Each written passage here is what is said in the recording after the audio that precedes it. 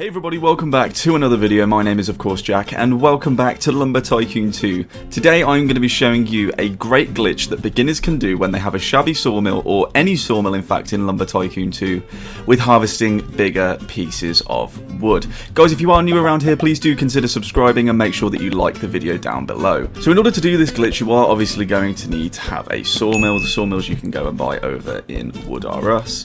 And this glitch is going to work when you're trying to process bigger pieces of wood. So I'm going to go ahead and drive up and we're going to go and get some wood from the volcano. But first of all, I actually need to find an axe, because that would be really helpful right now. I found one. I can see one. Oh, I have an axe already. I have loads of axes. Of course I have loads of axes. That was really silly of me. Hopefully I've got a fire axe somewhere, he says. I see fire gifts there. Do I not have one open?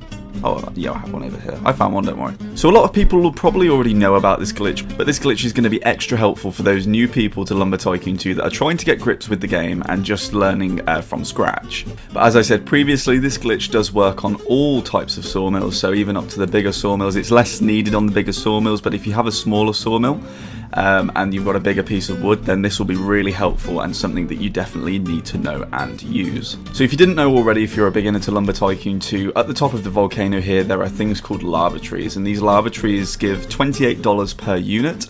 And by selling lava wood, this is probably one of the better woods in the game to sell in order to grind money, as well as ice wood and also the end times tree, which is down underneath the toll bridge, but that will be for another video. So I'm going to go ahead and use my fire axe to go and chop down one of these lava trees here. And if I was grinding money, then I'd just want to be chucking this down the side of the volcano just here. Go ahead and drive down the volcano. Okay, so obviously I'm not wanting the whole tree, I'm just wanting really the bigger pieces. So for the purpose of this test, I'm just going to take the top piece, or the trunk of the tree, and we're going to go ahead and pop this into the back of our truck. There we go. Okay, so as you will probably be able to tell, this piece here is bigger than the entry point of the sawmill, which means that you're not just going to be able to chuck it straight in.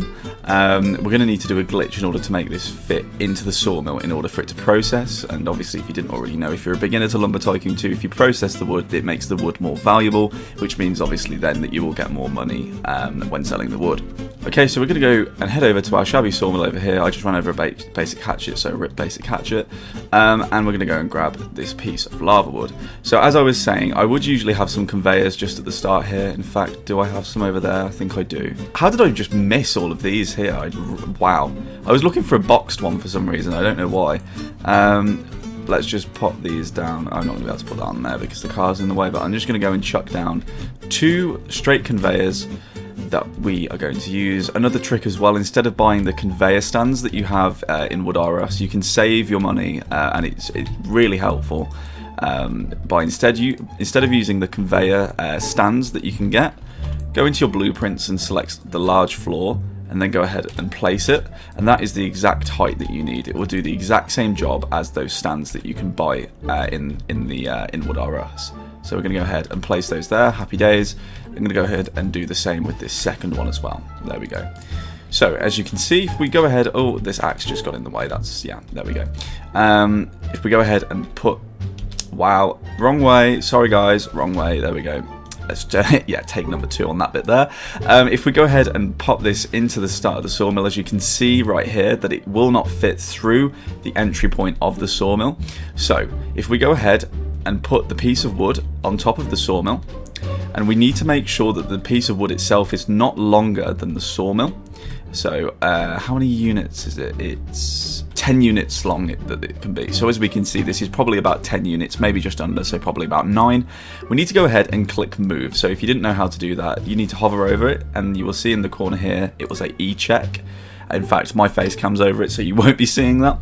But it says it, if you click E on the sawmill. I'm not sure whether you can do that in mobile. I'm not sure whether this glitch works in mobile, but I will have to double check whether it does. So we just need to go ahead, drag the piece of wood down, make sure that it's going to be still in the middle of the sawmill, click B, and there we have it. That piece of lava wood that was too big to go and fit into the entry point of the sawmill just a couple of moments ago is now planking out, and it will plank out to the full amount. And as you can see, unfortunately I did not set it to the to the right setting before putting it into the sawmill. So I now have a massive 1x1 piece of lava wood that I don't really want, to be honest. But there you have it. That is how you can go and use this glitch to your advantage when going and collecting these other pieces of wood. Don't do what I just did and go and fit it into a blueprint, because that was possibly the biggest fail on camera. I did just wonder where that went, and I just figured out that it's gone into the blueprint. So yeah, but this doesn't just work obviously on lava wood. You can go ahead and use this on, for instance, elm wood, which is over here. I'm not going to chop it down with a basic hatchet, that's for sure.